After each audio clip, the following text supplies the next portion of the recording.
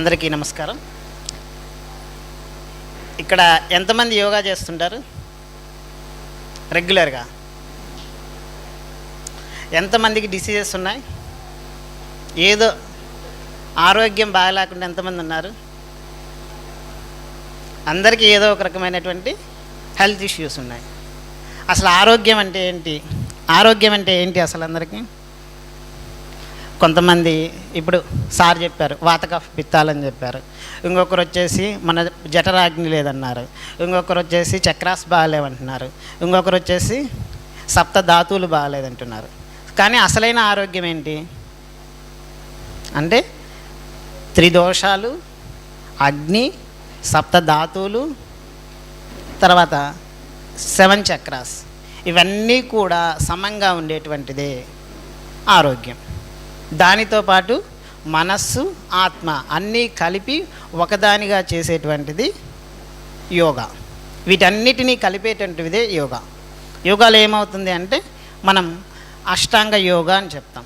అష్టాంగ యోగాలో ఏముంటాయంటే ఆసనాలు, ప్రాణాయామాలు, ధారణ, ధ్యాన, సమాధి అని చెప్పేసి అష్టాంగాలు ఉంటాయి. ఫస్ట్ యమనియమాలు ఉంటాయి. అహింస అందరూ పాటిస్తాం కదా మనం అందరం కూడా అహింస ర్యాలీ చేస్తుంటాం. అన్నీ కూడా అహింస, తర్వాత దాంట్లో ఉన్న ఆస్తేయము, బ్రహ్మచర్యం, వీటన్నిటినీ కూడా మనం పాటిస్తూ ఉంటాం. అలానే నియమాలు మనమైన శౌచ, సంతోషము, తపస్సు, స్వాధ్యాయము అనేవి నియమాలుగా చెప్తాం. అయితే ఈ యమనియమాలు కాకుండా ఆసనాలు, ప్రాణాయామ, ప్రత్యాహార, ధారణ, ధ్యానం చేసిన తర్వాత వచ్చేటువంటిది సమాధి. ఈ ఆసనాలు ఎందుకు చేయాలి అని అంటారు. ఆసనం అంటే ఏం లేదు, మీరు అందరూ ఆసనాల్లోనే కూర్చున్నారు. దాన్ని ఏమంటాం? స్థిరం సుఖం ఆసనం అంటాం. స్థిరంగా సుఖంగా కూర్చుంటే ఆసనం. మీరు చైర్లో కూర్చున్నారు, ఇది కూడా ఆసనమే. అంటే మనం ఒక పొజిషన్లో ఏదైతే స్థిరంగా కూర్చోగలుగుతామో దాన్నే ఆసనం అంటాం. ఆసనాలు చేస్తే ఏమొస్తుంది అంటాం? ఆసనం చేస్తే ఏమొస్తుంది? మనలో ఉన్నటువంటి బాడీలో ఎక్కడ ఏ ఆర్గాన్ ఉండాలో ఆ ఆర్గాన్ అనేది ఆ ప్లేస్లో ఉండడానికి ఉపయోగపడుతుంది. దాన్నే మనం అలైన్మెంట్ అంటాం. అంటే బాడీ ఎక్కడ ఏ విధంగా ఉంటే మనకి రోగాలు రావు. దాన్ని మనం ఏంది సైడ్కి వెళ్ళిపోయింది అనుకోండి, బ్యాక్ బోన్ సైడ్కి వెళ్ళిపోతే ఏమంటాం మనం? బ్యాక్ పెయిన్ వస్తుంది. నెక్ సైడ్కి వెళ్ళిపోతే నెక్ పెయిన్ వస్తుంది. మళ్ళీ దానికి ఏం చేస్తాం? స్ట్రెచెస్ చేస్తాం. అలా ఇలా కొన్ని ఆసనాలు అనేది చేస్తుంటాం. ఇలా అసలు ఆసనాలు ఎన్ని ఉన్నాయంటే 84 లక్షల ఆసనాలు ఉన్నాయి. 84 లక్షల ఆసనాలు ఎవరూ చేయలేము. మనం కూర్చున్నది ఆసనమే, నిలబడ్డది ఆసనమే, మనం ఏ పొజిషన్లో ఉంటే దాని అన్నిటినీ కూడా ఆసనాలు అన్నాం. కానీ ఒక్కొక్క ఆసనంలో మనకి ప్రాణశక్తిని మనం ఒక్కొక్క చక్రాస్ అని చెప్తాము, లేకుంటే ఎండోక్రైన్ సిస్టమ్ అని చెప్తాము. ఎవరు చెప్పినా ఇవే ఉండేది. వీటిని మనం అలైన్ చేసుకుంటూ అక్కడికి ఆ ప్రాణశక్తిని తీసుకెళ్ళడమే మనం చేసేటువంటి ఈ ఆసనాలని.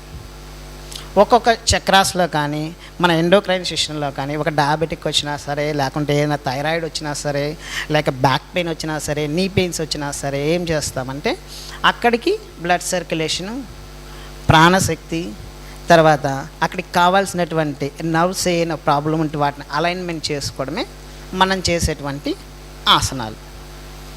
ఈ ఆసనాలు ఏంటి? ఎవరైనా చేయవచ్చు. కొంతమంది నీ పెయిన్స్ ఉన్నాయి, నేను కింద కూర్చోలేని ఆసనాలు చేయాలంటారు, చైర్లో కూర్చొని ఆసనాలు చేయవచ్చు. అలానే కొంతమందికి హార్ట్ ప్రాబ్లం కానీ అసలు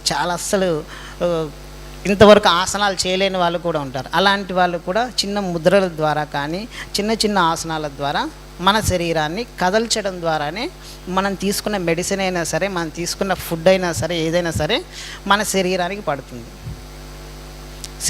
మనం మెడిసిన్ తీసుకుంటాం రోగం ఉంటే, బట్ కానీ ఏంటి ఆ మెడిసిన్ అనేది మన శరీరానికి పట్టాలి అంటే ఏం కావాలంటే మెటబాలిజం కావాలి, అంటే డైజెస్ట్ కావాలి. మనకి ఆ ఫుడ్ కానీ ఆ మెడిసిన్ కానీ డైజెస్ట్ అయ్యి మన శరీరంలో ఉన్న రోగాన్ని కానీ ఆ ఆర్గానికి సంబంధించినటువంటి ప్రాబ్లమ్స్ కానీ క్లియర్ కావాలి అంటే ఏం కావాలంటే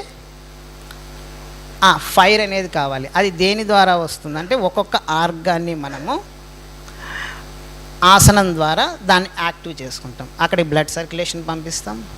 అలానే మనం అక్కడికి ప్రాణశక్తిని అనేది పంపిస్తుంటాం.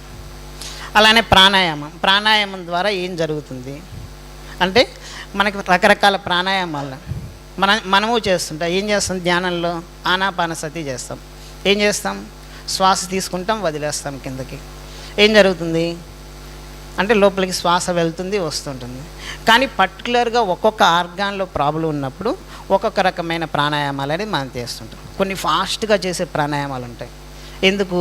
మనలో ఉన్నటువంటి టాక్సిన్స్, అంటే మనలో ఉన్నటువంటి పొల్యూషన్ కానీ, మనలో ఉన్నటువంటి ఫ్యాట్ కానీ, కొన్ని రకరకాలైనటువంటి బ్లడ్ సర్క్యులేషన్ మూవ్ చేయడం కానీ, డైజెషన్ సిస్టమ్ని యాక్టివ్ చేయడం కానీ, వాటి కోసం ఏం చేస్తామంటే ప్రాణాయామం చేస్తాం.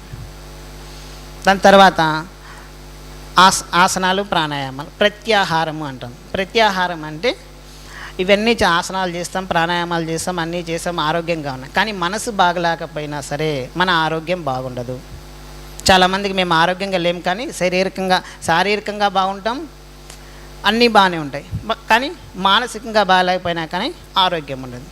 మానసికంగా బాగాలేకపోతే ఎందువల్ల బాగుండమంటే మనలో ఉన్నటువంటి కర్మేంద్రియాలు, జ్ఞానేంద్రియాలు, మనం తీసుకునేటువంటి ఎనర్జీస్, మనం చుట్టూ రకరకాలైనటువంటి నెగిటివ్స్ వింటూ ఉంటాం. అవన్నీ దేంట్లోకి వెళ్తుంటాయి? మన మనసులోకి వెళ్తుంటాయి. మన మనసులో ఏమవుతుంది? కర్మేంద్రియాల ద్వారా మనం బయటికి మళ్ళీ ఏం చేస్తుంటే దాన్ని ప్రొజెక్ట్ చేస్తుంటాం. జ్ఞానేంద్రియాల ద్వారా నెగిటివ్స్ని కానీ వాళ్ళు ఇలా వీళ్ళు ఇలా అని చెప్పేసి మన మనసునంతా కూడా పాడు చేసుకుంటూ ఉంటాం. సో ఈ జ్ఞానేంద్రియాల ద్వారా మనం తీసుకునే జ్ఞానం అంటే మనం చూడడం ద్వారా, లేక వినడం ద్వారా, లేక మాట్లాడడం ద్వారా, వీటన్నిటి ద్వారా మనం ఈ జ్ఞానేంద్రియాల ద్వారా తీసుకునే కర్మలన్నీ కూడా కర్మేంద్రియాల ద్వారా మనం చేస్తూ ఉంటాం. ఈ యొక్క బ్యాలెన్స్ చేసేది, ఈ యొక్క బ్యాలెన్స్ కానప్పుడు వచ్చేటువంటిదే రోగము. రోగము అంటే రోధించడమే. ఈ రోగం ఏమిటి? మానసికంగా కావచ్చు, శారీరకంగా కావచ్చు. శారీరకంగా అయితే బయటకు కనపడుతుంది, మానసికంగా అయితే మానసిక రోగం అంటాం. 90% అన్ని రోగాలన్నిటికి కారణం ఏంటంటే మనస్సు కరెక్ట్గా లేకపోతే రోగాలన్నీ వచ్చేస్తాయి. మనసు బాగాలేకపోతే ఏమవుతుంది? నీరసమైపోతాం. మనసు కరెక్ట్గా లేకపోతే ఏమవుతుంది? ఆకలి అయ్యేది. మనసు కరెక్ట్గా లేకపోతే ఏమవుతుంది? మనం యాక్టివ్గా ఉండలేము. సో మనసు ద్వారానే మనం అన్నిటి రోగాలను కూడా కంట్రోల్ చేయవచ్చు. ఆ మనసుని కంట్రోల్ చేసేది ఏంటిదంటే శ్వాస.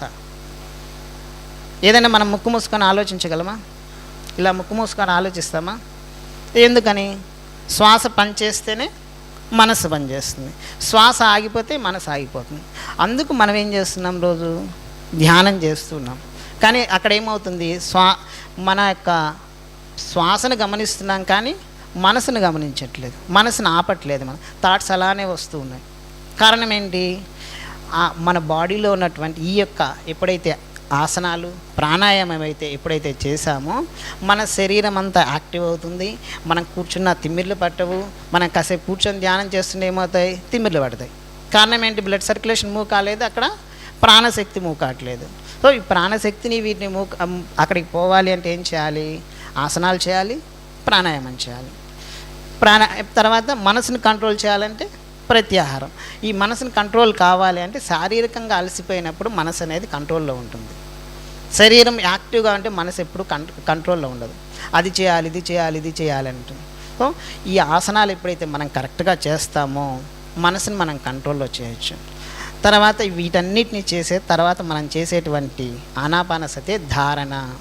మనం శ్వాసను ఏం చేస్తాము? ధారణ చేస్తాం. అంటే గమనిస్తూ ఉంటాం. గమనించి లాస్ట్కి ఏమవుతా అంటే ఒక స్టేజ్కి వచ్చేటి గమనించడం మర్చిపోతాం. దాన్నే మనం ఏమంటాం? సైలెన్స్ అంటాం. దానికి మనకేం తెలియదు. చాలామంది అనుకుంటే మనం నిద్రపోయామంటాం. నిద్రపోం మనం. కానీ కొంతమందికి డ్రీమ్స్లోకి వెళ్తారు. రకరకాల అన్నీ కూడా నేను అక్కడికి వెళ్ళొచ్చాను, ఇక్కడికి వెళ్ళొచ్చాను, రకరకాలన్నీ చెప్తుంటాం. కానీ ఇదంతా జరిగే ప్రక్రియ ఏంటంటే మన బ్రెయిన్లో కాన్షియస్లో జరిగేటువంటి ఒక డీప్ స్టేట్లోకి మనం వెళ్ళిపోతాం, సైలెన్స్లోకి వెళ్ళిపోతాం. ఆ సైలెన్స్లో నుంచి మనం డిఫరెంట్గా ఒక్కొక్కరు ఒక్కొక్క విధంగా మారిపోతుంటారు. ఇవన్నీ ప్రాసెస్లన్నీ కూడా దేని మీద పనిచేస్తాయంటే ఓన్లీ శరీరం మీదనే. శరీరం లేకుండా ఏమన్నా ధ్యానం చేయగలమా? శరీరం లేకుండా తినగలమా? శరీరం లేకుండా ఏమన్నా మనం బయటికి వెళ్ళగలమా? శరీరం లేకుండా వినగలమా? ఈ శరీరాన్ని కాపాడాలంటే ఏం చేయాలి? ఆరోగ్యాన్ని మనం కరెక్ట్గా చూసుకోవాలి. ఈ ఆరోగ్యాన్ని చేయాలంటే మెడిసిన్ పని చేయాలన్నా, లేక మనం తిన్న ఫుడ్ డైజెస్ట్ కావాలన్నా, మనం మాట్లాడాలన్నా, ఏది కావాలన్నా సరే మనలో ఉన్నటువంటి ప్రతి ఒక్కటి యాక్టివ్గా ఉండాలి అంటే శ్వాస కరెక్ట్గా ఉండాలి. తర్వాత మనలో ఉన్నటువంటి శరీరంలో ఉన్నట్టు సప్త ధాతువులు కరెక్ట్గా ఉండాలి, వాత పిత్త కఫాలు కరెక్ట్గా ఉండాలి, అగ్ని కరెక్ట్గా ఉండాలి. ఇవన్నీ కరెక్ట్గా బ్యాలెన్స్డ్గా ఉండాలి అంటే మనం ఏం చేయాలంటే రెగ్యులర్గా ఆసనాలు చేయాలి. ఆసనాలు చేయకపోతే ఇవేవి పనిచేయవు. మేము మెడిసిన్ తీసుకుంటున్నాం, మాకు రోగం తగ్గట్లేదంటే ఆ మెడిసిన్ మన బాడీకి పనిచేయట్లేదు అంతే. పని చేయకపోతే ఏమవుతుంది? తీసుకున్నవాటే తీసుకోపని డోస్ పెంచుతారు అంతే. నెక్స్ట్ ఏం చేస్తారు? ఇంకో డోస్ ఇస్తారు. 50 mg కాస్త ఏమవుతుంది? 100 mg అవుతుంది. 100 mg 200 mg చేస్తారు. కానీ ఏమవుతుంది ఇక్కడ? శరీరం మన పని చేయట్లేదు. అంటే సెల్యులర్ లెవెల్లో మన బాడీలో ఏమవుతుంది అంటే మన యొక్క బాడీ అనేది రిసీవ్ చేసుకునే కెపాసిటీ తగ్గిపోతుంది. దాన్నే మనం ఏం చెప్తా అంటే మన స్పిరిచువల్గా చెప్పాలంటే ప్రాణశక్తి తగ్గిపోయింది అంటాం. ఎక్కడైతే ప్రాణశక్తి తగ్గిపోయిందో అక్కడ రోగం వచ్చేస్తుంది. ప్రాణశక్తి ఎక్కడ బాగుందో ఆరోగ్యంగా ఉంటారు. ఒక ఆర్గాన్లో ప్రాణశక్తి తగ్గిపోయిందంటే ఆ ఆర్గాన్లో రోగం వచ్చేస్తుంది. అదే ప్రాంక్రియాస్లో తగ్గిపోతే డయాబెటిక్ అంటాం. అదే హార్ట్లో తగ్గిపోతే హార్ట్ అటాక్ అంటాం. థైరాయిడ్లో తగ్గిపోతే థైరాయిడ్ గ్లాండ్లో తగ్గిపోతే థైరాయిడ్ వచ్చిందంటాం. సో ఏ ఆర్గాన్లో అయితే మనం అక్కడ బ్లడ్ సర్క్యులేషన్ కానీ ఆక్సిజన్ కానీ మూవ్ చేయలేక అక్కడ ఉన్నటువంటి ప్రాణశక్తిని తగ్గించుకుంటామో అప్పుడు ఈ యొక్క రోగం అనేది మనకు వస్తుంది. మళ్ళా దేని ద్వారా మనం పెంచుకోవచ్చు అంటే శారీరకంగా మనం చేసేటువంటి ఆసనాలు, తర్వాత మనం చేసేటువంటి ప్రాణాయామము, తర్వాత మనం ఆలోచించే విధానం, మన మనస్సుని మన కర్మేంద్రియాలు జ్ఞానేంద్రియాల ద్వారా మన మనస్సుని ఎలా కంట్రోల్ చేసుకోవడం ద్వారాను, తర్వాత ప్రత్యాహారం వీటన్నిటిని కంట్రోల్ చేయడం ద్వారాను, తర్వాత మనం శ్వాసన మీద ఫోకస్ చేయడం ద్వారాను, ఈ యొక్క మన మైండ్ కాన్షియస్ లెవెల్లో మన మైండ్ని కంట్రోల్ చేయడం ద్వారాను మన యొక్క ఆరోగ్యాన్ని మనం కాపాడుకోవచ్చు. రోజు ధ్యానం ఎంతమంది చేస్తుంటారు? అందరు చేస్తున్నారు కదా. మరి రోగాలు ఎందుకు తగ్గట్లేదు? ఆలోచించారా? అందరం ధ్యానం చేస్తున్నాం, శ్వాసను గమనిస్తున్నాం. 5 ఏళ్ళ నుంచి 10 సంవత్సరాలు 20 సంవత్సరాల నుంచి చేసేవాళ్ళు కూడా ఉన్నారు. కానీ ఎందుకు రోగాలు తగ్గట్లేదు అంటే మనం ప్రాపర్గా ధ్యానం చేయట్లేదు, మనం శ్వాసను కరెక్ట్గా తీసుకోవట్లేదనే కదా. అంటే మనం ఎక్కడికైతే ఏ ఆర్గానిక్ అయితే అక్కడికి కావాల్సినటువంటి ప్రాణశక్తి అక్కడికి వెళ్ళటం లేదంటే అక్కడికి బ్లడ్ సర్క్యులేషన్ వెళ్ళటం లేదు, అక్కడికి ప్రాణశక్తి వెళ్ళటం లేదు, అక్కడికి ఆక్సిజన్ వెళ్ళటం లేదు. ఇవి వెళ్ళకపోవడం వల్లే మనకు రోగం వస్తుంది. రోగం ఎలా బయటపడుతుంది? శారీరకంగా బయటపడుతుంది. మానసికంగా బయటపడుతుందా? లేదు. మనసులో భయం ఉన్నా సరే డైజెషన్ ప్రాబ్లం వస్తుంది. మనసులో ఏమైనా ఫియర్ ఉన్నా సరే బ్రెయిన్లో హెడేక్ వచ్చేస్తుంది. ఎక్కువ రెస్పాన్సిబిలిటీలు తీసుకుంటే షోల్డర్ పెయిన్స్ వస్తాయి. మానసికంగా ఆరోగ్యానికి ఎవరు చెప్పట్లేదు, సమాధానం చెప్పండి. డాక్టర్ దగ్గరికి పోయినా కానీ ఏం చెప్పరు. ఓకే బ్యాక్ పెయిన్ ఉందా, లేక షోల్డర్ పెయిన్ ఉందా, ఒక టాబ్లెట్ వేసుకుంటారు. కానీ మనసుకి టాబ్లెట్ ఎవరైనా వేస్తున్నారా? ఎవ్వరు వేయట్లేదు. సో దేని ద్వారా మనం చేయగలుగుతాము అంటే ఒక యోగాసనాల ద్వారా అక్కడికి ప్రాణశక్తిని మనం తీసుకెళ్ళగలిగితే, శ్వాస ద్వారా ప్రాణశక్తిని తీసుకెళ్ళగలిగితే మనం ఆ యొక్క ఆరోగ్యాన్ని మనం కాపాడుకోవచ్చు. యోగా ఆసనాలు అంటాం. పిరమిడ్లో మనకి ఎందుకు కోణం పెడతాం ఐడియా ఉందా అందరికీ? మనకి ఇక్కడే పిరమిడ్ ఉంది. పిరమిడ్లో ఎందుకు కోణం ఉంటుంది? పైన ప్రాణశక్తి ఫ్లో అవుతుంది. ఆసనంలో కూడా అంతే. మనం ఏ ఆసనం చేస్తామో ఆ ఆసనంలో ఒక ఆర్గానికి మనం ఒక ఆసనాన్ని ట్విస్ట్ చేసామనుకో, మన సహస్రార చక్కెర నుంచి కూడా అంతా కూడా ప్రాణశక్తి ఫ్లో అవుతుంది కదా. ఆ ఆసనంలో ఆ ఆర్గానికి ప్రాణశక్తి ఫ్లో అవుతుంది, అక్కడికి బ్లడ్ సర్క్యులేషన్ వెళ్తుంది, అక్కడికి ఆక్సిజన్ వెళ్తుంది. అంటే మనం ఒక్కొక్క ఆసనం కూడా మనం పిరమిడ్లో ఎలాంటి కోణంలో అయితే మనం తీసుకెళ్తామో అలానే మన శరీరంలో కూడా ఆ ఆసనం చేసినప్పుడు ఆ ఆర్గానికి కావాల్సిన ప్రాణశక్తి, ఆ ఆర్గానికి కావాల్సిన ప్రాణశక్తితో పాటు బ్లడ్ సర్క్యులేషను, దానికి కావాల్సిన హీలింగ్ అంతా కూడా ఏం జరుగుతుందంటే ఆసనం ద్వారానే జరుగుతుంది. సో రెగ్యులర్గా ఆసనాలు చేయడం ద్వారా ప్రాణశక్తిని మనం తీసుకెళ్ళవచ్చు. దాంట్లోనే మనం మెడిటేషన్ చేయవచ్చును. దాంట్లోనే మనం ఏం చేయొచ్చును అంటే అక్కడే శ్వాసను అక్కడ గమనించడం ద్వారా కూడా ఆ ఆర్గాన్ని మనం ఏం చేయొచ్చు, బ్రెయిన్ నుంచి కావాల్సిన కనెక్షన్ అంతా కూడా మన ఆర్గానికి బ్రెయిన్కి ఉన్న సంబంధాన్ని మొత్తాన్ని కూడా ఎస్టాబ్లిష్ చేయడం ద్వారా మానసికంగా ఉన్నటువంటి రోగాన్ని కూడా మనం తగ్గించవచ్చు. సో ఒక ఆసనాల ద్వారానే మనం ఏం చేయొచ్చు అంటే మన రోగాన్ని తగ్గించుకోవచ్చు. అలానే మెడిటేషన్ కూడా చేయవచ్చు. అలా ఆసనాలు చేస్తూ కూడా సిద్ధి పొందిన వాళ్ళు చాలామంది ఉన్నారు. మన ప్రాంతంలో కూడా ఒకరు ఉన్నారు. ఎవరో తెలుసా? రామదాస్. భక్త రామదాస్ ఎంతమందికి తెలుసు? రోజు 1200 సూర్య నమస్కారాలు చేస్తారు. ఆయన ఎక్కడైనా సమాధి ఉందా? జీవ సమాధిలో ఎక్కడైనా ఉందా? సశరీరంగా స్వర్గానికి వెళ్ళారనే చెప్తారు ఇప్పటికీ. భద్రాచలం టెంపుల్ కట్టించారు కదా, కానీ రాముడు ప్రత్యక్షమయ్యాడు, రాముడు సశరీరంగా తీసుకెళ్లారని చెప్తే ఎక్కడా కూడా ఆయన శరీరం మొత్తాన్ని కూడా పంచభూతాల్లో కలిపేసేసాడు. ఏం చేశారు? ఆయన ఏ తపస్సులు చేయలే, ఏ మెడిటేషన్ చేయలే. రోజు ఒక 2 hours 3 hours రోజుకు 1200 సూర్య నమస్కారాలు చేసేవారు. శరీరంలో ఉన్న అన్ని మనం ఇప్పుడు దాకా చెప్పుకున్నటువంటి చక్రాస్ కానీ కుండలిని యాక్టివేషన్ జరిగిపోయింది, అన్ని 72,000 నాడులు అన్నీ యాక్టివేషన్ జరిగాయి, అన్నీ జరిగిపోయాయి. ఏం జరిగింది? ఫైనల్గా మరలా ఆయన మన భాషలో చెప్పుకుంటే ముక్తిని పొందాడని చెప్తాం. సో దేని ద్వారా పొందాడు? శరీరం ఆరోగ్యంగా ఉంటేనే ముక్తిని పొందారు. శరీరాన్ని ఆరోగ్యంగా లేకుండా ఎవ్వరూ కూడా ముక్తిని కాదు కదా, ఏ కుండలిని శక్తి యాక్టివేషన్ కానీ ఏమీ జరగవు. ఎందుకంటే శరీరం లేకపోతే ఏమీ చేయలేము. మనం శరీరం లేకుండా ధ్యానం చేయగలమా? చేయలేము. శరీరం లేకుండా ఏదైనా సాధన చేయగలమా? ఏదైనా ఒక తీర్థయాత్ర చేయగలమా? అంటే శరీరాన్ని మనం ఎంత కాపాడుకోగలిగితే, మన ఆరోగ్యం అనేది అంత బాగుంటే ఈ సాధనా ప్రక్రియలన్నీ మనం ఏదైనా చేయొచ్చు. సో ఈ యొక్క ఆసనాలు సైంటిఫిక్గా ఎలా ఉంటాయనేది ఇప్పుడు మేడం ఎక్స్ప్లెయిన్ చేస్తారు. దాంతోపాటు లాస్ట్లో మనం చేసే శ్వాసలో ఎలాంటి తప్పు ఉందో కూడా మనందరం కూడా మళ్ళీ మెడిటేషన్ మనం చేసే ఆనాపాన సతిలోనే ఎలా మనం చేసే తప్పులేంటి, ఆరోగ్యాన్ని ఎలా కాపాడుకోవాలనేది ఇప్పుడు మనం చూద్దాం. మేడం చెప్తారు ఇప్పుడు సైంటిఫిక్గా. అందరికీ నమస్కారం. ఇప్పటివరకు మనం యోగా ఫిలాసఫీ విన్నాం, అంటే ఆసనం అంటే ఏంటో విన్నాం, ఆసనం శరీరం మీద ఎట్లా పనిచేస్తుంది. కాస్త సైంటిఫిక్గా మీ అందరికీ ఆసనం అంటే ఐడియా ఉంది కదా, శాస్త్రి గారు వివరించారు ఆసనం అంటే. మీకు ఏం అర్థమైంది ఆసనం అంటే? ఎవరైనా చెప్పండి. ఎందుకు స్థిరంగా సుఖంగా కూర్చొని ఉంటే ఏం జరుగుతుంది? ఇది ఎలా జరుగుతుందో సైంటిఫిక్గా చూద్దాం. ఆసన అంటే ఏంటంటే ఉంది కదా ఆసనంలో, అది ఏం చేస్తుంది? మీరు ఇప్పుడు ఇలా కూర్చున్నారనుకోండి, మీకు కనిపించే ఇప్పుడు అన్నమయ కోసం అని చెప్పారు అంటే ఏంటి? మన ఫిజికల్ బాడీ కదా. ఫిజికల్ బాడీలో మీకు కనిపించేవి ఏంటి? మసిల్స్, బోన్స్ కదా. స్కెలిటన్కి మసిల్ అతుక్కొని ఉంటేనే మీరు ఇక్కడ కూర్చుంటారు. వాటికి నర్వస్ సిస్టమ్ సప్లై ఉంటేనే మనకు అన్ని అనుసంధానాలు జరుగుతాయి, రైట్ కదా. ఇప్పుడు ఈ మస్క్యులర్ స్కెలిటల్ సిస్టమ్ కనుక, అంటే మసిల్స్, స్కెలిటన్, బోన్స్ కనుక వాటి సమన్వయంలో అవి కనుక లేకపోతే మనం ఈ రకంగా కూర్చోగలమా? కూర్చోలేం కదా. ఏమవుతుంది? ఇక్కడ ఉండాల్సిన మజిల్ పక్కన ఉంటే చెయ్యి వేలాడిపోతుంది, అంతే కదా.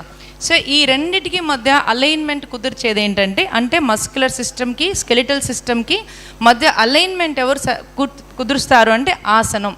ఏ రకంగా కుదురుస్తుందంటే ఆసనం, ఇప్పుడు మీరు పిరమిడ్ ఒక యాంగిల్ అన్నారు కదా, ప్రతి ఆసనం మీరు ఏ ఆసనం చూసినా సరే అది ఒక యాంగిల్తో ఉంటుంది. యాంగిల్ ఫామ్ చేస్తారు మీ బాడీతోటి. అంటే త్రికోణాసన, పార్శ్వకోణాసన, ఇట్లా మీరు కొన్ని మీకు తెలిసి ఉంటాయి. తాడాసన అంటే స్ట్రెయిట్ లైన్, ఏదో ఒక యాంగిల్లో ఉంటాయి. ఆసనంలో ఏం జరుగుతుందంటే, మన లోపల మీకు బ్లడ్ సర్క్యులేషన్ గురించి అందరికీ ఐడియా ఉంటుంది. సిరలు, ధమన్లు అంటే ఆర్టరీస్, వెయిన్స్, నర్వ్స్ ఇవన్నిటి ఉంటేనే లోపల సర్క్యులేషన్ ప్రతి అవయవానికి వెళ్తుంది. ఎక్కడికి ఎంత చేరాలో అంత చేరుతుంది. ఆసనంలో ఏం చేస్తాం మనం? ఆసనం మొత్తం స్పైన్ చుట్టూరా ఉంటుంది.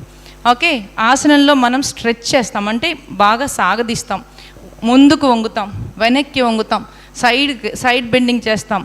అంటే బెండింగ్, వైండింగ్, అన్వైండింగ్, ట్విస్టింగ్, ఇన్ని రకాల మూమెంట్స్ ఒక బాడీకి ఇచ్చినప్పుడు ఏమవుతుంది అంటే, లోపల ఉన్న మీ ఆర్టరీస్ అనుకుంటారో, వెయిన్స్ అంటారో, మసిల్స్ అంటారో, వీటన్నిటిలో కూడా ఇలాస్టిసిటీ పెరుగుతుంది.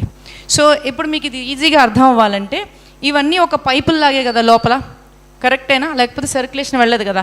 అన్ని 70% of your body is made up of water, అంటే జలతత్వం ఒక 70% ఉంటుంది బాడీలో కదా. ఇవన్నీ లోపల సర్క్యులేషన్ అంటే ప్రవహించాల్సిందే. ఇవన్నీ ఏంటి? ఇలా పైపుల్లో ఉంటాయి. మీరు ఒక నీళ్ళ పైపు పాచిపెట్టింది అనుకోండి, మీకు సర్క్యులేషన్ అంటే నీళ్ళు సరిగా వెళతాయా? వెళ్ళవు కదా. మరి మీరు ఏం చేయకుండా ప్రాణాయామం చేసేస్తాం డైరెక్ట్గా అంటే సర్క్యులేషన్, మీరు తీసుకున్న ప్రాణశక్తి ఎక్కడికి చేరాలి అక్కడ చేరుతుందా? చేరదు కదా. అప్పుడు ఏం జరగాలి?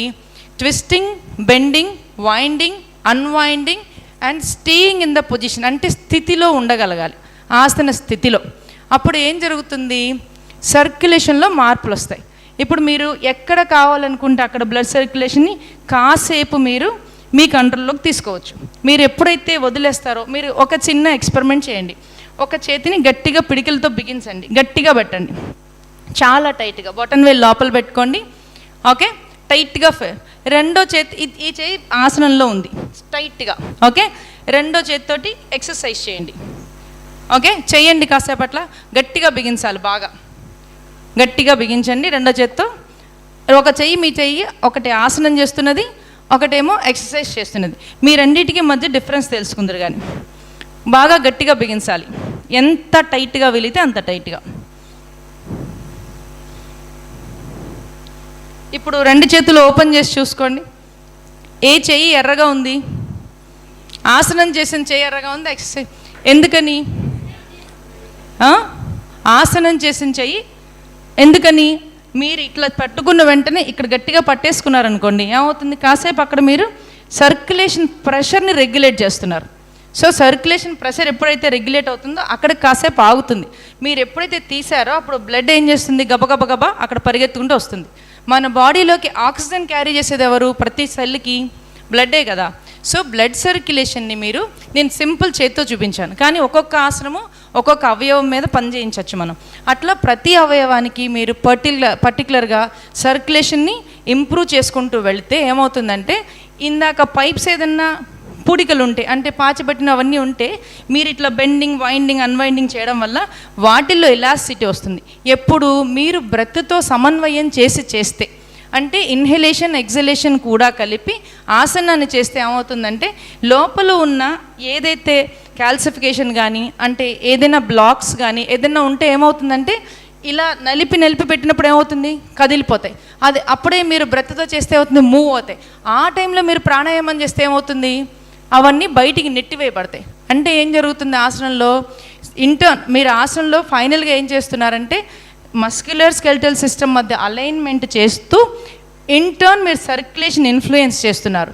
సర్క్యులేషన్ బాగా ఉంటే ఏం జరుగుతుంది, ఇందాక డాక్టర్ రవివర్మ గారు చెప్పారు కదా, ఎండోక్రైన్ సిస్టమ్, హార్మోన్స్, మీ బాడీలో జరిగే ప్రతి రియాక్షన్, బాధ కావచ్చు, సంతోషం కావచ్చు, ఏ ఫీలింగ్ అయినా ఒక కెమికల్ రియాక్షన్.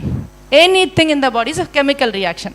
ఈ కెమికల్ రియాక్షన్ కారణం ఎవరు అంటే ఎండోక్రైన్ గ్లాండ్స్. అంటే ఒక్కొక్క ఎండోక్రైన్ గ్లాండ్ ఒక్కొక్క చక్రానికి లింక్ అయి ఉంటుందని చెప్పారు కదా, అది కరెక్ట్. ఎందుకంటే ఒక్కొక్క ఎండోక్రైన్ గ్లాండ్ వాటి నియమిత పనులు చేస్తూ ఉంటాయి. సో మీరు సర్క్యులేషన్ ఎప్పుడైతే శరీరం మొత్తం ప్రతి సెల్కి రీచ్ అవ్వాల్సినంత మేర రీచ్ అయిందో, అప్పుడు ఏమవుతుంది, ప్రతి సెల్కి సర్క్యులేషన్ అంది ఆక్సిజనేట్ అయ్యి బాడీ అంతా డీటాక్సిఫికేషన్ బాగా జరిగి ప్రతి గ్రంథి, ప్రతి చక్ర కూడా చాలా వాటి పనులు నిర్వర్తించేదానికి ఉపయోగపడుతుంది. సో ఆసనం ద్వారా మస్క్యులర్ స్కెలిటల్ సిస్టమ్ మధ్య అలైన్మెంటు, తర్వాత వాటి ద్వారా సర్క్యులేషను, ఆ సర్క్యులేషన్ ఏం చేస్తుంది, ఎండోక్రైన్ సిస్టమ్ని ఇన్ఫ్లుయెన్స్ చేయడం ద్వారా అప్పుడు ఏమవుతుంది, మన బాడీ న్యూరోమస్కులర్ సిస్టమ్ని యాక్టివేట్ చేస్తుంది. అంటే ఏంటి, ప్రతి మసిల్కి మీకు సిగ్నల్ రావాలంటే ఎవరు కావాలి, న్యూరాన్స్ కావాలి. సో న్యూరోమస్కులర్ సిస్టమ్ని స్ట్రెంథన్ చేస్తుంది. చూడండి, ఒక్క ఆసనంలో మీరు ఆసనం చేసి మజిల్స్ని, బోన్స్ని, తర్వాత సర్క్యులేషన్ని, ఎండోక్రైన్ సిస్టమ్ని, దాని ద్వారా నర్వస్ సిస్టమ్ని, ఆ తర్వాత ఇదన్నీ బాగుంటాయి. ఎందుకు మీకు హ్యాపీనెస్ వస్తుంది ఆసనంలో? బికాజ్ మీ బ్రెయిన్ డోపమిన్ అని, సెరటోనిన్ అని, ఆక్సిటోసిన్ అని కొన్ని హ్యాపీ హార్మోన్స్ ఉంటాయి, ఎండార్ఫిన్స్ అని. ఈ హ్యాపీ హార్మోన్స్ని రిలీజ్ చేస్తుంది అనమాట. సో ఈ స్థితిలో మీరు ఆసనం చేశారు, లోపల ఎలాస్టిసిటీ పెంచుకున్నారు, సర్క్యులేషన్ ఇంప్రూవ్ చేసుకున్నారు, అంత క్లీన్గా ఉంది. ఇప్పుడు కనుక మీరు ప్రాణాయామం చేస్తే మీరు ప్రాణాయామం చేస్తే మీ లోపల ఆక్సిజన్ లెవెల్స్ పెరుగుతాయని కాదు, ఆక్సిజన్ క్యారీయింగ్ కెపాసిటీ పెరుగుతుంది. ఒక సెల్ ఆక్సిజన్ని తీసుకుని వెళ్ళే శక్తి పెరుగుతుందన్నమాట. ఆక్సిజన్ ఎవరు తీసుకుని వెళ్తారు? బ్లడ్డే కదా. ఓకే, ఒక్కొక్క ఆక్సిజన్ మాలిక్యూల్, ఒక్కొక్క బ్లడ్ అంటే హిమోగ్లోబిన్ 4 ఆక్సిజన్ మాలిక్యూల్ని తీసుకెళ్ళగలదు. కానీ మనం ఇక్కడి నుంచి ఇక్కడికి బ్రీదింగ్ చేసామనుకోండి, 1నో 2నో తీసుకెళ్ళగలదు. అదే మీరు స్లోగా డీప్గా ఇన్హేల్ చేశారనుకోండి, ఒక్కొక్క హిమోగ్లోబిన్ 4 ఆక్సిజన్ మాలిక్యూల్స్ని తీసుకువెళ్ళగలదు. అది ఎక్కడైతే సెల్కి 4టిని క్యారీ చేసి అక్కడ పెడితే 4 కార్బన్ డైఆక్సైడ్ మాలిక్యూల్స్ని బయట తీసుకొచ్చేస్తుంది. ఇందాకే చెప్తున్నారు కదా, ఆక్సిజనేషన్ డీఆక్సిజనేషన్ అంటే breathing in and breathe out, inhale and exhale రెండు చాలా అవసరం. బయటికి లోపలికి వెళ్ళింది ప్రతిదీ బయటికి రావాల్సిందే. అక్కడ లోపల నిలిచిపోతే మళ్ళీ అది కూడా రోగమే కదా. అందుకని లోపలికి వెళ్ళింది ప్రతిదీ బయటికి రావాల్సిందే. ఆక్సిజనేషన్ డీఆక్సిజనేషన్ ఎప్పుడైతే సమానంగా ఉంటాయో బాడీలో డిసీజ్ ఉండే అవకాశం ఉండదు. బయట నుంచి డిసీజ్ రాకూడదు, లోపల నుంచి డిసీజ్ రాకూడదు. దానికి మాధ్యమం ఎవరంటే మీ శరీరం. మనం శరీరంతో ఈ శరీరాన్ని ఒక ఆయుధంగా మార్చుకొని మన సిస్టమ్ని మనమే బాగు చేయగల ఏకైక సత్తా ఉన్న ఎక్సర్సైజ్ ఏంటంటే యోగా. అందుకని ప్రపంచ దేశాల్లో ఇంత గొప్ప స్థితి దీనికి ఇచ్చారనమాట. 171 కంట్రీస్గా దీనిలో మొత్తం మీద యోగాకి ఇంత ప్రాముఖ్యత ఎందుకు ఇచ్చిందంటే డైరెక్ట్గా సర్క్యులేషన్ని, నర్వస్ సిస్టమ్ని, అన్ని system, all the 12 systems of the body come influenced by yoga. తర్వాత ఇది ప్రాణాయామం తర్వాత మాట్లాడదాం. సో ఆసనం మాత్రం ఇట్లా చేస్తుంది. ప్రాణాయామం ఏం చేస్తుంది బాడీలో మీకు అందరికీ తెలిసిన కొన్ని ప్రాణాయామాల గురించి మనం మాట్లాడుకుందాం. జనరల్గా ప్రాణాయామాలు అంటే ఏం చెప్తాం మనం? కపాలభాతి తెలుసు అందరికీ. కపాలభాతి చేస్తే ఏమవుతుంది అనుకుంటున్నారు? కపాలభాతిలో ఏం చేస్తారు? ఓన్లీ ఎగ్జిలేషన్ అంటే బయటకు అంటే ఏం చేస్తున్నారు? మీరు బాడీని డీఆక్సిజనేట్ చేస్తున్నారు. దేనికోసం చేస్తున్నారు ఇది? మన బాడీలో ప్రతి చోట తడి ఉంటుంది, అవునా? ప్రతి లైన్ మ్యూకస్ లైన్స్ ఉంటాయి లోపల, ప్రతి చోట నోస్లో కానీ మనకు తెలిసి చెవులో లోపల అన్ని చోట్ల మ్యూకస్ లైన్స్ ఉంటాయి అన్నమాట. ఇలా మీరు కపాలభాతి చేయడం వల్ల మ్యూకస్ లైన్స్ని ఎక్కడ మ్యూకస్లో ఏముంటుందంటే బయట నుండి వచ్చే టాక్సిన్స్ని ట్రాప్ చేసి దానిలో ఉన్న ఇమ్యూనిటీ సెల్స్ లోపలికి డిసీజ్ ఎంటర్ అవ్వకుండా చేస్తాయి. ముక్కులో తడి ఉంటుందా, చెవులో తడి ఉంటుంది, కళ్ళల్లో తడి ఉంటుంది. సో ఈ మ్యూకస్ లైన్స్ని డ్రై చేస్తాం కపాలభాతితోటి. సో అప్పుడు ఏమవుతుంది? డీఆక్సిజనేట్ చేయడం వల్ల మ్యూకస్ లైన్స్ మీరు ఆపేయంగానే ఫ్రెష్ మ్యూకస్ డెవలప్ అవుతుంది. ఒకవేళ ఫ్రెష్ మ్యూకస్ ఇనఫ్గా డెవలప్ అవ్వలేదు అనుకుంటే ఏంటి? నెక్స్ట్ ఏం చేస్తాం? కపాలభాతి ప్రాణాయామ కాదు, అది ఒక క్రియ, క్లెన్జింగ్. ఎక్కడ అంటే అది స్కల్ రీజన్లో పనిచేస్తుంది. చాలా వెరైటీస్ ఆఫ్ కపాలభాతీలు ఉంటాయి.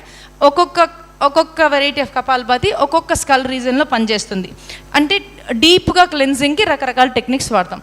తర్వాత ఏం చేస్తామంటే భస్త్రికా చేస్తాం. భస్త్రికా అందరికి తెలుసు కదా, ఇన్హలేషన్, ఫోర్సబుల్ ఇన్హలేషన్, ఫోర్సబుల్ ఎక్స్లేషన్. ఇందాక ఏం చేసాము? ఓన్లీ ఎక్సేల్ చేసాం, ఓన్లీ డీఆక్సిజనేట్ చేసాం. ఇప్పుడు ఏం చేస్తున్నాం? ఆక్సిజనేషన్ అండ్ డీఆక్సిజనేషన్ రెండు చేస్తున్నాం కదా. అంటే ఏం చేస్తున్నాం? ఈ బ్యాలెన్సింగ్ చేస్తున్నాం. ఇప్పుడు ఇందాక మ్యూకస్ లైన్స్ని డ్రై చేసాం, ఇప్పుడు ఫ్రెష్ మ్యూకస్ డెవలప్ చేస్తున్నాం. డ్రై చేస్తున్నాం, ఫ్రెష్ మ్యూకస్ డెవలప్ చేస్తున్నాం. సో ఏం చేస్తున్నాం? కపాలభాతి క్రియలో మనం డీఆక్సిజనేట్ చేసి మ్యూకస్ లైన్స్ డ్రై చేసి టాక్సిన్స్ అన్నిటిని బయటికి నెట్లేస్తే, తర్వాత భస్త్రికాలో ఏం చేస్తున్నాం?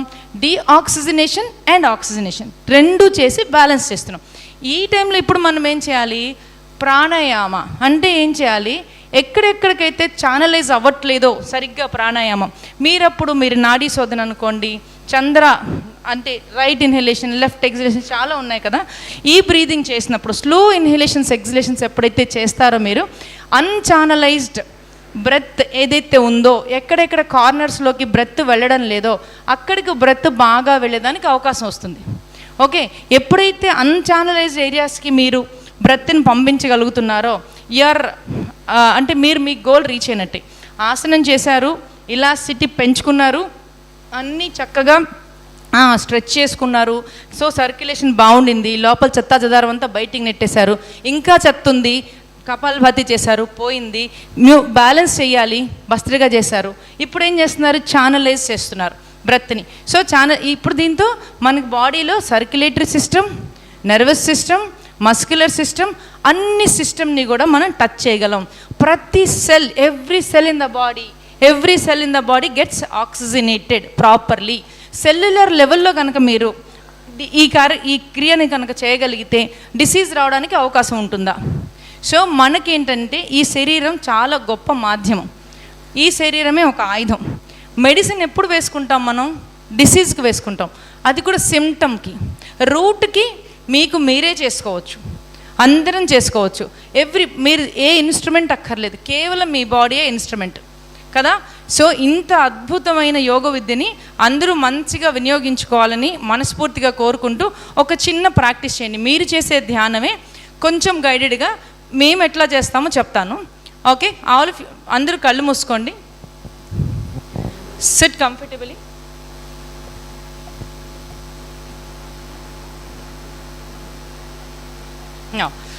ఓకే, యోగా అంటే ఒక హాలిస్టిక్ అప్రోచ్ అండి. అంటే ఒక్కొక్క ఆసనకి ఒక్కొక్క డిసీజ్కి అట్లా చెప్పాలంటే చెప్పచ్చు. తను చెప్తాడు ఒక్కొక్క ఆసనకి ఒక్కొక్క డిసీజు. సంజయ్ శాస్త్రి గారికి ఇస్తాను. ఇక్కడ ఎంతమందికి డయాబెటిక్ ఉందండి?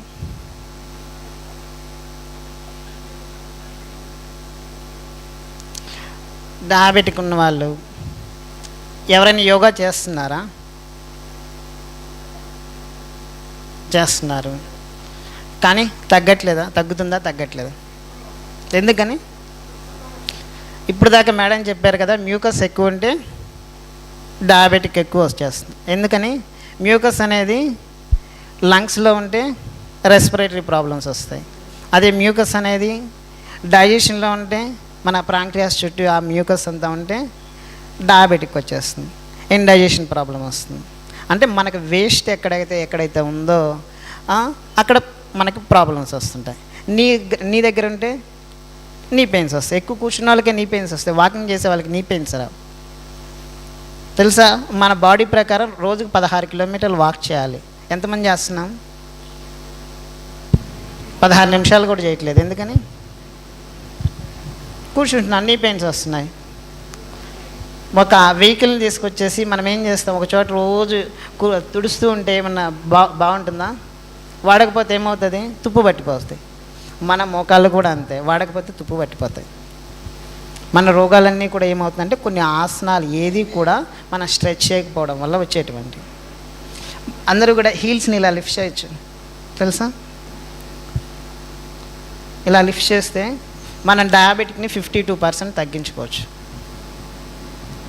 ఎందుకో తెలుసా? చిన్న ఇలా భోజనం చేసిన తర్వాత రోజు ఇలా చేస్తూ ఉంటే మన డైజెషన్ సిస్టమ్ మొత్తం యాక్టివ్ అయిపోతుంది. మనం తిన్న తర్వాత 100 అడుగులు వేయాలని చెప్తుంటారు మన యోగ శాస్త్రం ప్రకారం. ఇలా కూర్చొని మనం చేయవచ్చు. కూర్చొని ఇలా చేస్తే ఏమవుతుంది? సింపులే. ఇది చేయలేమా మనం? మన మెడిసిన్ పనిచేస్తుంది. రోజు మనం ఇలా రోజుకు ఒక 50 టైమ్స్ 100 టైమ్స్ కూర్చొని భోజనం చేసిన తర్వాత ఇలా చేయగలిగితే ఏమవుతుంది? పెద్ద పెద్ద ఆసనాలు అవసరం లేదు, చిన్నవే. మనం అదే నిలబడి చేస్తే చేద్దామా? అందరు నిలబడండి, నిలబడాలి అందరు. ఇప్పుడు హీల్స్ లిఫ్ట్ చేయండి, ఇలా లిఫ్ట్ చేయాలి. 1 2 3 4 5 6 7 8 9 10. అలానే ఉంచండి, అలానే ఉండాలి. నేను చెప్పేంత వరకు అలానే ఉండాలి. ఇంకా పైకి, ఇంకా కళ్ళు మూసేసేయండి. నిలబడి కళ్ళు మూసేసుకోవాలి. మీరు ధ్యానం ఎంత చేస్తారో అలానే కళ్ళు మూసేసి అలానే శ్వాసను గమనిస్తూ ఉండండి. పడిపోకూడదు, అటు ఇటు వాల్చకూడదు.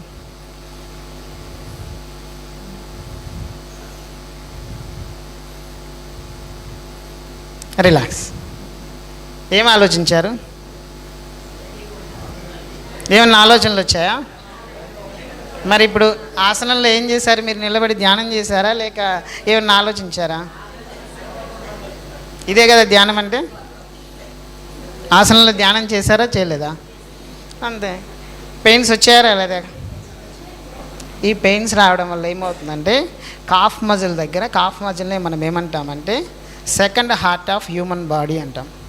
మన కాఫ్ మజిల్ బాగుంటే హార్ట్ బాగుంటుంది. ఎంత స్ట్రాంగ్గా ఉంటే మన హార్ట్ అనేది అంత బాగుంటుంది. బ్లడ్ సర్క్యులేషన్ అనేది అంత బాగుంటుంది. ఇది చిన్న ఎక్సర్సైజ్ చేయడం ద్వారా మనం 52% అనేది డయాబెటిక్ని మనం కంట్రోల్ చేయవచ్చు. మిగతా చాలా థెరపీస్ ఉన్నాయి. నెక్స్ట్ ఎప్పుడు మనం థెరపీస్ పెట్టుకుంటే ఓన్లీ డయాబెటిక్ ఒక థెరపీ ఉంటుంది. ఎవరైనా చేయవచ్చు. హార్ట్ బాగా పనిచేస్తుంది. బ్లడ్ సర్క్యులేషన్ బాగా మూవ్ అవుతుంది, కాళ్ళు తిమ్మిర్లు తగ్గుతాయి, నీ పెయిన్స్ తగ్గుతాయి. ఏమవుతాయి, వెరోకస్ నర్వ్ సిస్టమ్ చాలామంది ప్రాబ్లం ఉంటుంది, ఇవన్నీ తగ్గుతాయి. చిన్నదే కదా, రోజు చేయొచ్చా చేయకూడదా?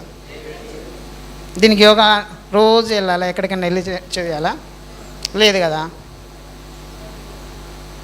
సో ఇలాంటి చిన్న చిన్నవి అనేవి చాలా ఉన్నాయి, మనం ప్రాక్టికల్గా చూసినప్పుడు అన్నీ చేద్దాం. ఇప్పుడు అందరు కూర్చొని మనము శ్వాసని ఎలా గమనించాలో ఇప్పుడు మేడం చెప్తారు. ఇన్హలేషన్లో మనం ఎలా గమనించాలి, మరలా ఎగ్జలేషన్లో ఎలా గమనించాలి అనే దాన్ని మనం చూద్దాం. వెన్ను నిటారుగా పెట్టి కూర్చోండి. వెన్ను నిటారుగా ఉంటుందా? మరి అందరం చెప్తాం కదా, వెన్ను నిటారుగా పెట్టి కూర్చుంటే ఇలా కూర్చుంటాం. ఏం చేస్తున్నాం? వెన్ను నిటారుగా పెట్టమంటే దాన్ని ఇంకా స్ట్రెచ్ చేసి దాన్ని స్ట్రైన్ చేస్తున్నాం. స్థిరం సుఖం ఆసనం అన్నారు తప్పితే స్థిరంగా టైట్గా బిగించేసి కూర్చోవడం ఆసనం కాదు. స్థిరం సుఖం ఆసనం. సో కంఫర్టబుల్గా కూర్చోండి. అందరూ కళ్ళు మూసేసేయండి. రెండు చేతులు కూడా మీరు రెగ్యులర్గా ఆనాపానసతి ఎలా చేస్తారో అలాంటి పొజిషన్లో కూర్చోండి. రెండు కాళ్ళను కూడా క్రాస్ చేసేసేయండి.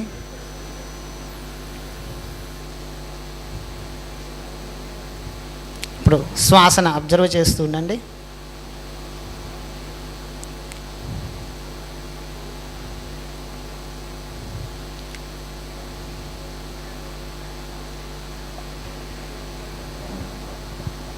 ఎవరు శ్వాసని తీసుకొని వదలడం ఏం చేయొద్దు, న్యాచురల్గా జరిగే శ్వాసను గమనించండి. మీరు జస్ట్ ఒక సాక్షిలాగా నార్మల్గా జరుగుతున్న ఇన్హలేషన్ ఎక్సలేషన్ గమనించాలి. చిన్ స్లైట్లీ డౌన్, కొంచెం గడ్డం కిందకి పెట్టండి. చిన్ స్లైట్లీ డౌన్, కాస్త చెస్ట్ ముందుకి, కొంచెం పొట్ట లోపలికి, కొంచెం లాగి పెట్టుకోవద్దండి, స్లైట్గా. మీ బాడీ వెయిట్ రెండు పక్కల ఈక్వల్గా ఉండేలాగా చూసుకోండి.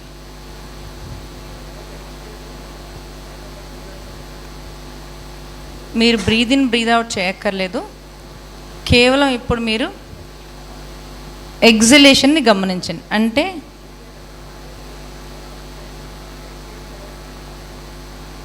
ఓన్లీ ఎగ్జలేషన్ని గమనించండి, శ్వాస వదలడం మాత్రమే గమనించండి. కళ్ళు మూసుకోండి.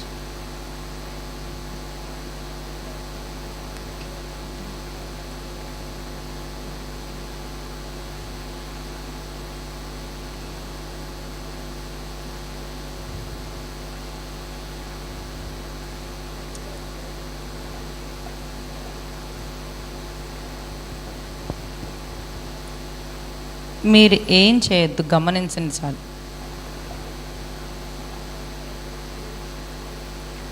ఇప్పుడు మీరు శ్వాసను తీసుకోవడం మీద మాత్రమే గమనించండి. Bring attention only to inhalation.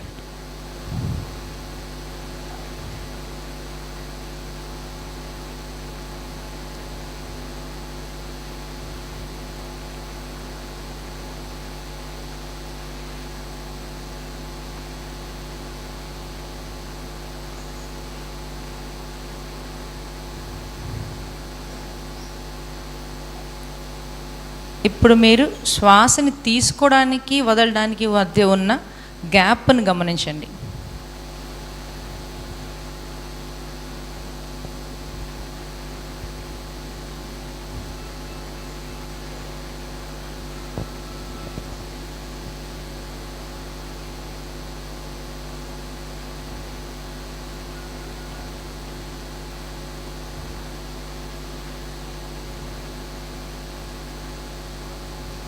ఇప్పుడు మీరు శ్వాస వదిలేశాక తీసుకునే ముందు వచ్చే గ్యాప్ను గమనించండి.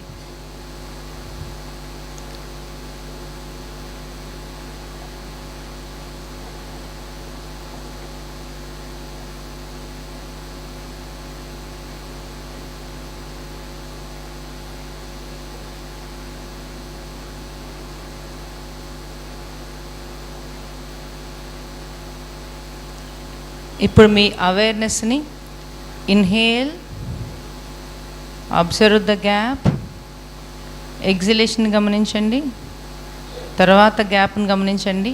అన్నిటినీ గమనించుకుంటారండి. ఒక్క నిమిషం. ఇన్హలేషన్ని, గ్యాప్ని, ఎక్సలేషన్ని, గ్యాప్ని.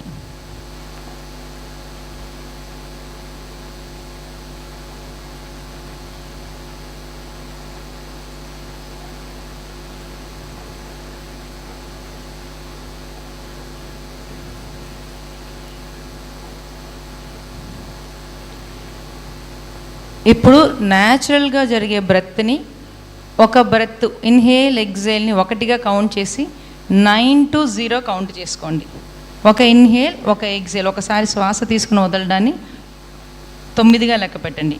8, 7 అట్లా 0 వరకు లెక్క పెట్టండి.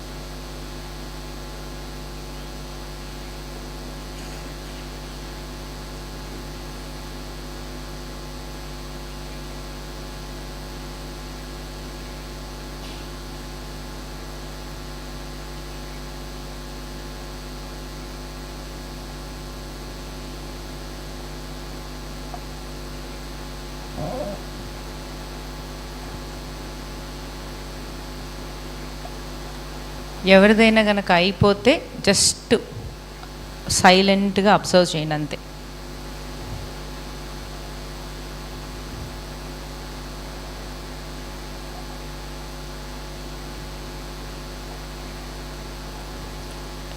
సాక్షిలాగా గమనించండి.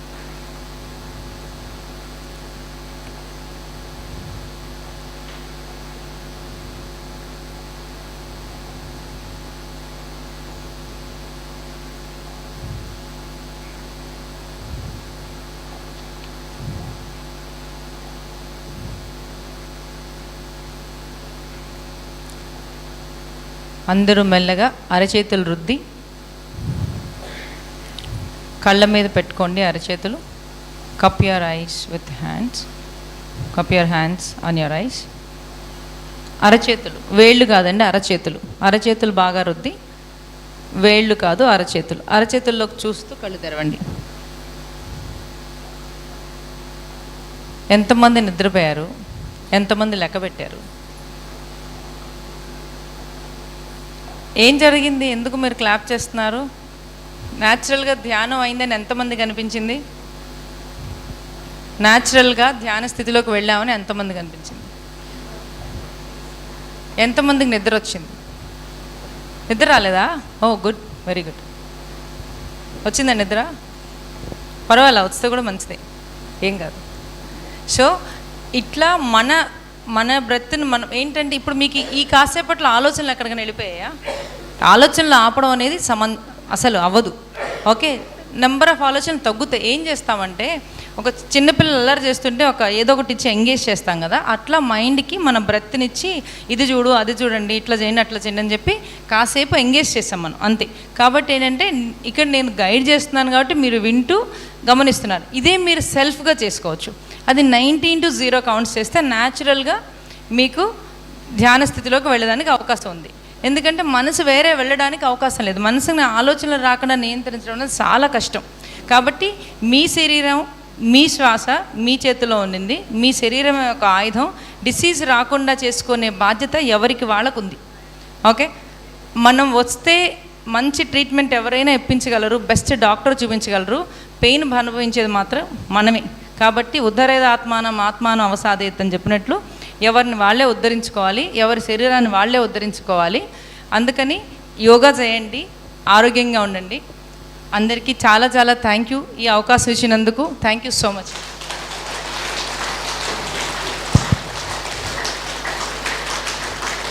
చప్పట్లు జోరుగా మేడంకి, మారల్ల సంజీవ్ శాస్త్రి గారికి. Yes, thank you right, thank you sir. So అద్భుతంగా. ఎవరైనా క్వశ్చన్స్ ఉంటే అడగవచ్చు. ఒక 5 నిమిషాల టైము. ఎవరికైనా ప్రత్యేకంగా సమస్య పరంగా ఏమైనా మీకు అంటే వాటి గురించి క్వశ్చన్స్ ఉంటే అడగవచ్చు. అవకాశం ఒక ఇద్దరికి ఉంటుంది, ఇద్దరికి మాత్రమే.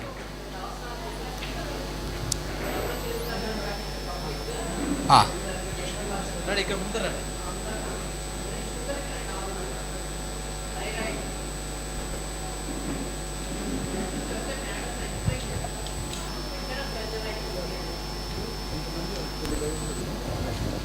నమస్కారం అండి ఏకాచార్యుల గారికి. మన సామాన్యమైన జీవనంలో సామాన్య మానవుడు కనీసం ఎన్ని ఆసనాలు వేయాలి, ఎటువంటి ఆసనాలు వేస్తే అతను ఆరోగ్యం జాగ్రత్తగా చేసుకోగలడు, మినిమంగా ఎన్ని చేయాలి అంటే సామాన్య జీవితంలో అంటే వేరే రోగగ్రస్తం కానీ ఏదేం కాకుండా సామాన్యుడు ఏ ఆసనాలు వేస్తే తన ఆరోగ్యాన్ని కాపాడుకోగలుగుతాడు, ఎంతసేపు? మనిషి మామూలుగా రోజు ఒక 45 నిమిషాలు కానీ చేయగలిగితే చాలు. ఇన్ని ఆసనాలు అనేది శరీరాన్ని బట్టి ఉందంతే. ఒకరు చిన్న వయసులో ఉంటే ఎక్కువ ఆసనాలు వేయవచ్చు, ఫ్లెక్సిబిలిటీ వస్తుంది. లేదు 60 సంవత్సరాల తర్వాత యోగా మొదలు పెడితే నేను చక్రాసనం వేస్తా అంటే కుదరదుగా, శీర్షాసనం వేస్తా అంటే మెడలు ఇరిగిపోతాయి. సో మనకు కంఫర్టబుల్గా ఎన్ని ఆసనాలు చేయగలమో అన్నీ చేసుకోగలం. లేదు ఏం చేస్తాం, చేయగలిగిన ఆసనాలు చేసుకొని ప్రాణాయామం చేసి ధ్యానం చేస్తాం. అంతేకాని ఇన్ని ఆసనాలు చేయాలని ఎక్కడా లేదు. ఎంతవరకు ఆసనాలు చేయాలనేది అయితే ఉంది. ఎంతవరకు అంటే శరీరం కొంచెం చెమట వచ్చేంతవరకు ఆసనాలు చేయాలి. అంతేకాని నేను 100 ఆసనాలు చేస్తాను, 4 గంటలు చేస్తాను అనేది ఎక్కడా లేదు, శాస్త్రంలో లేదు. అది మీరు అరగంట చేయొచ్చు, మీకు చెమట పెట్టేంతవరకు. అదే చలికాలం అయితే ఎక్కువ చేస్తాం. ఎందుకు చలికాలం ఎక్కువ జిమ్ములకి వెళ్తారు, అన్నీ వెళ్తారంటే ఎక్కువ బర్న్ అవుతుందని చెప్పేసి, హీట్ కావాలని చెప్పేసి ఆ కాలం ఎక్కువ చేసి అన్ని వాకింగ్లు కానీ చేస్తాం. ఎండాకాలం చేయలేము, ఓపిక లేదు. అందుకే ఎండాకాలం ఏం చేసుకోవాలి, ప్రాణాయామాలు ఎక్కువ చేసుకోవాలి, మెడిటేషన్ ఎక్కువ చేసుకోవాలి, శ్వాసని శరీరాన్ని చల్లబరుచుకునే ఆసనాలు చేయాలి. అంటే మనం దేశ కాల మాన పరిస్థితులు తగ్గట్టుగా ఆసనాలు కానీ ప్రాణాయామాలు కానీ మన ఫుడ్ అనేది ఏదైనా సరే మన ఈ వ్యవహారాలు రెండూ కూడా దేశ కాలమాన పరిస్థితులు తగ్గట్టుగా మార్చుకుంటున్నారు. అది. అందరికీ నమస్కారం. ఆసనాలు వేసి ప్రాణాయామాలు చేయాలా, లేదంటే ఆసనాల మధ్యలో ప్రాణాయామాలు చేయొచ్చా? ప్రాణాయామాలకు ఏమైనా సీక్వెన్స్ ఉంటుందా? ఆసనాలు వేస్తే మనకి ఎక్కడికి కావాలనో బ్లడ్ సర్క్యులేషను, ఆక్సిజన్ అక్కడికి వెళ్తుంది.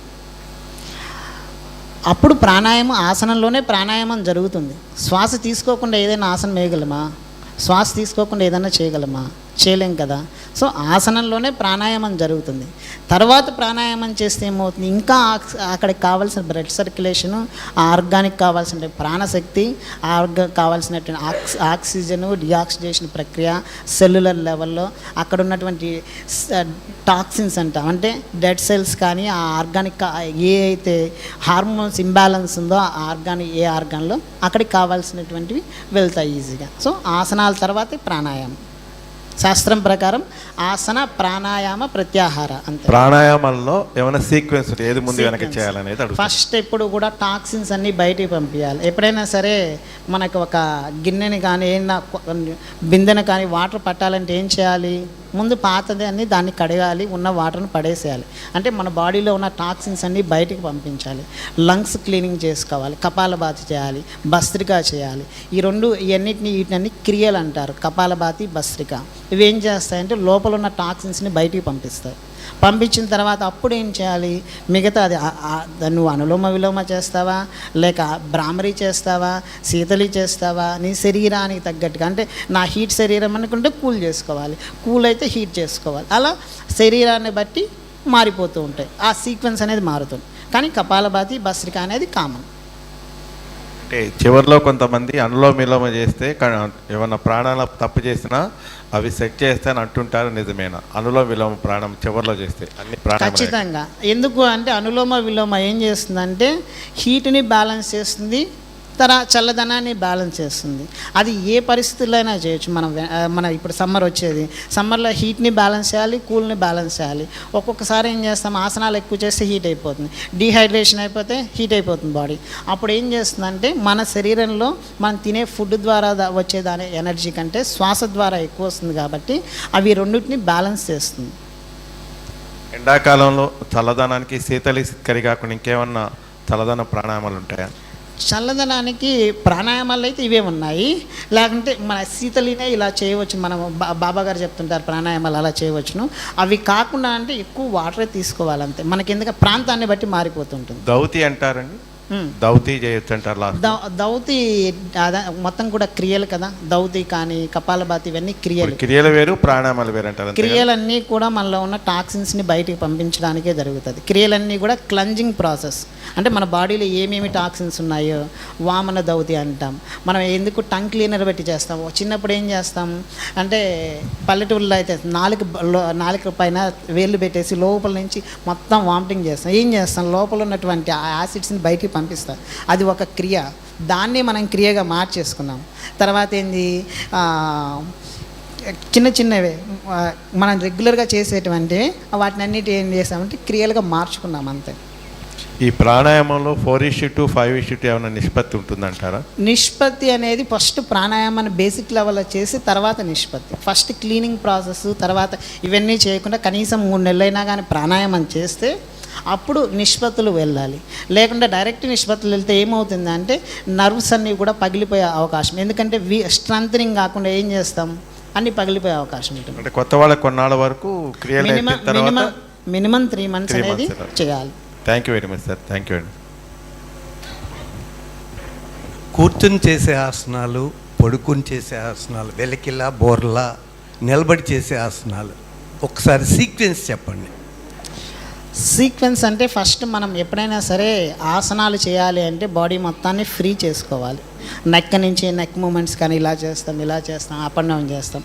మనలో ఉన్నటువంటి అన్ని జాయింట్స్ని కూడా మనం ఫస్ట్ ఫ్రీ చేసుకోవాలి. అప్పుడు మాత్రమే ఏంటంటే శరీరం పట్టేది. దాని తర్వాత ఏం చేయొచ్చు అంటే మా సీక్వెన్స్ అనేది వాళ్ళ పరిస్థితిని బట్టి చేయొచ్చు. ఒకరోజు పడుకునే చేయొచ్చు కంప్లీట్గా, ఒకరోజు నిలబడి చేయొచ్చు, ఒకరోజు లేకుంటే ఫస్ట్ నిలబడి చేసుకున్న తర్వాత కొంచెం పడుకొని చేసిన తర్వాత వెల్లెలకిలా పడుకొని చేసుకున్న తర్వాత ఎప్పుడైనా సరే లాస్ట్లో ఏం చేయాలంటే బాడీకి రిలాక్సేషన్ ఇవ్వాలి. తర్వాత మనం యోగ నిద్ర ప్రాసెస్ కనీసం 5 నిమిషాలన్నా ఇవ్వాలి. అప్పుడు శరీరం అనేది రిలాక్స్ అవుతుంది. లేకపోతే ఏమవుతుందంటే ఆ స్ట్రెయిన్ అలా ఉండేసి ఆసనంలో ఉన్న స్ట్రెయిన్ తర్వాత బ్యాక్ పెయిన్గా రావచ్చు, హెడేక్గా రావచ్చు, డీహైడ్రేషన్, ఇలా కొన్ని సిమ్టమ్స్ కనపడుతుంటాయి. సార్, వ్యవసాయ పనులు అంటే హార్డ్ వర్క్ చేసేటోళ్ళకి ఈ ఆసనాలు అంతగా అవసరమా? ఇంకొకటి అంటే ఏ సమయంలో ఆసనాలు చేయాలి? 2 డౌట్స్ సార్. క్వశ్చన్ ఇప్పుడున్న కాల పరిస్థితుల తగ్గట్టుగా అందరూ ఉదయమే ఆసనాలు చేయలేకపోవచ్చు. ఇంకా మీరు వ్యవసాయం అంటున్నారు కాబట్టి ఉదయాన్నే వెళ్తారు. ఉదయాన్నే వెళ్తే ఆసనాలు చేస్తూ కూర్చుంటే అక్కడ పనులు జరగవు కదా. సో ఎంటీ స్టమక్తో ఉన్నప్పుడు చేయాలి. మినిమం 3 hours అనేది ఫుడ్కి మీరు చేసే ఆసనాలకి గ్యాప్ ఉండాలి. సాయంత్రమైనా చేసుకోవచ్చు. Thank you sir.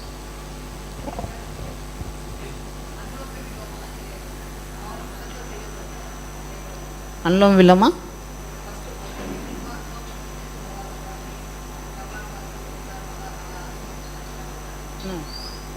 మొదటి అంటే టాక్సిన్స్ అన్ని బయటికి నెట్టకుండా మనము లోపలికి పంపించేస్తే కరెక్ట్ కాదు కదా. అనులోమ విలోమ ఏం చేస్తుంది, బ్యాలెన్స్ చేస్తుంది కాదు. ముందు ఫస్ట్ కపాలభాతి భస్త్రిక చేయాల్సిందే. ఆ తర్వాత ఇవి క్రియలు చేయకుండా మీరు ఏ ప్రాణాయామం చేసినా కానీ సరిగ్గా వర్క్ కాదు. ఎందుకంటే లోపల టాక్సిన్స్ అన్నీ పెట్టేసుకొని మనము ఒక దాంట్లో ఏమన్నా కొంచెం రాళ్ళలో మట్టి వేసేసేసి దాంట్లో ఎన్ని వాటర్ పోస్తే మంచినీళ్ళు తయారవుతాయి చెప్పండి? కావు కదా. అది క్లీన్ కావాలి కదా. మన బాడీలో మనం అది స్నానం చేయకుండా ఎన్ని సెంట్లు కొడితే సరిపోతుంది? ఆ సెంట్ ఉన్నంతసేపు పనిచేస్తుంది కదా. అలాంటివి అవుతాయి. సో ముందు టాక్సిన్స్ అన్నీ బయటికి నెట్టేసేయాలి. అప్పుడు మాత్రమే చేయడం కరెక్ట్. ఎన్ని రౌండ్స్ అనేది మినిమం అయితే 12 అని చెప్పొచ్చు. రకరకాల కౌంట్ చెప్పొచ్చు. ఎక్కడ కౌంట్ లేదు. అనులోమ విలోమకి ఇంతనే లేదు. మీ యొక్క సమయాన్ని బట్టి చేసుకోవాలంతే. అలాగే 70 సంవత్సరాలు దాటిన తర్వాత శీర్షాసనం వేయచ్చు అంటారా? వేయచ్చు అంటే ప్రాక్టీస్ ఉంటే వేయచ్చు అంతే. ప్రాక్టీస్ లేకపోతే మెడలు వైరిగిపోతాయి అంతే. వీక్నెస్ ప్రాక్టీస్ ఉన్నా 70 ఏళ్ళ తర్వాత చేయకూడదు అని చెప్పని అంటారు, అదేం లేదు, ఎక్కడా లేదు. ఇప్పటికి బాబా 110 ఇయర్స్ ఆయన ఇప్పటికీ ఆసనాలు రోజు 16 ఆసనాలు వేస్తారు రోజుకి. ఉదయాన్నే 2 గంటల ఆసనాలు ప్రాణాయామాలు చేస్తారు. స్వామీజీని 7 సంవత్సరాల నుంచి చూస్తున్నాము. ఎలాంటి ఆసనాలు ఎత్తాడో ఎవరికి కనపడకుండా చేస్తున్నారు స్వామీజీ. అవును, నాకు కనపడలేదు, అదే కదా. అలాగే అడుగుతారా, ప్రొస్టేట్ ఎన్లార్జ్మెంట్కి ఎలాంటి ఆసనం వేస్తే బెటర్ అన్నట్టుగా అంటున్నారు. Prostate enlargement,